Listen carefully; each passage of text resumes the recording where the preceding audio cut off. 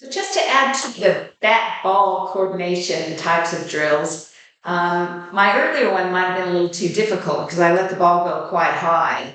So if you're a beginner, you might rather keep the ball sort of low, sort of between your belly button and your nose, sort of in this area here, and you're bouncing the ball off your bat, trying to do as many as you can. You can do that while you're walking.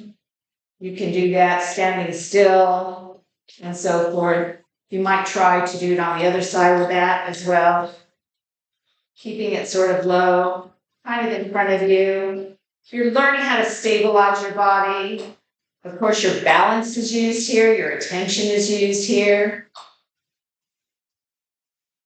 And then you can do your sort of alternating ones. I move a little here, I'm a little constrained in my space,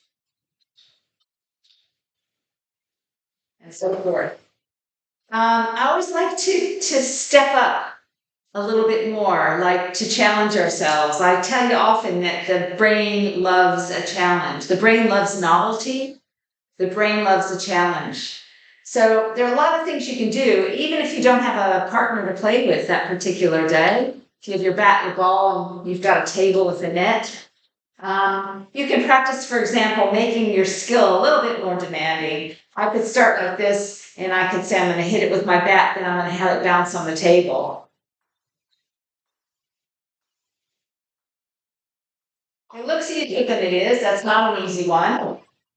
But you see, I'm just trying to carefully control the ball. And this can help you a little bit with a skill called touch and feel.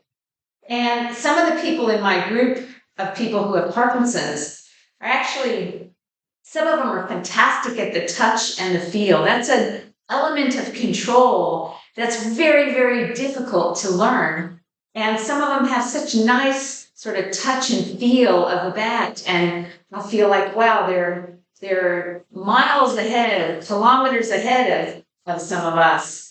So that's something that I would encourage developing. It helps you not only with your dexterity and your control, but actually helps with your game.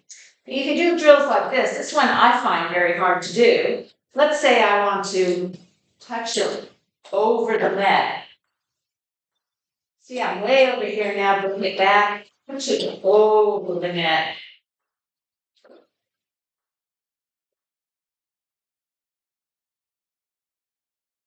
Okay, now I'm sort of in the groove. It takes a while getting the groove here. This is not an easy skill.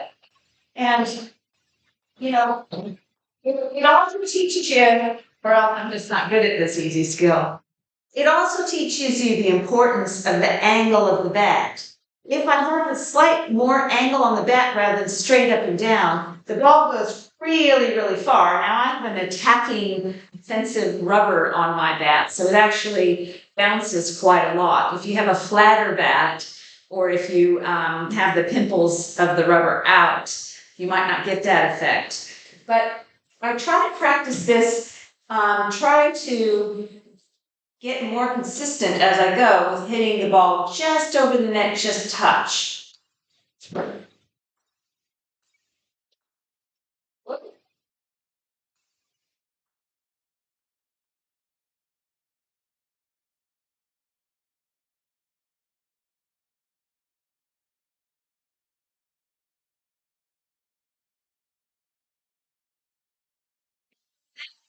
Learning how these slight changes in angle can make really a big difference in the outcome. All that has to do with the feel and the touch and your bat ball coordination. It's not so easy. And you'll notice too, I think, that if you've just had a really, say, busy day and you've just rushed in there to try this, that's actually the scenario I'm in at the moment, to be honest. But if you do that, sometimes you're not calm enough really to do this task right. And sometimes it helps just to take a few breaths. Breaths are really good to calm yourself just a little.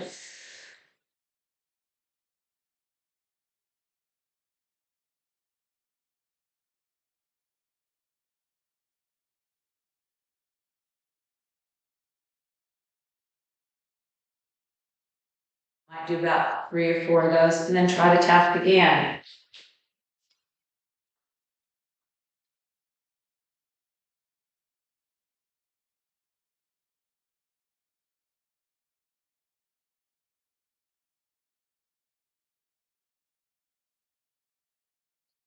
Maybe a little better, maybe not. Maybe it's not my day. But that's the gist of it. Enjoy it all.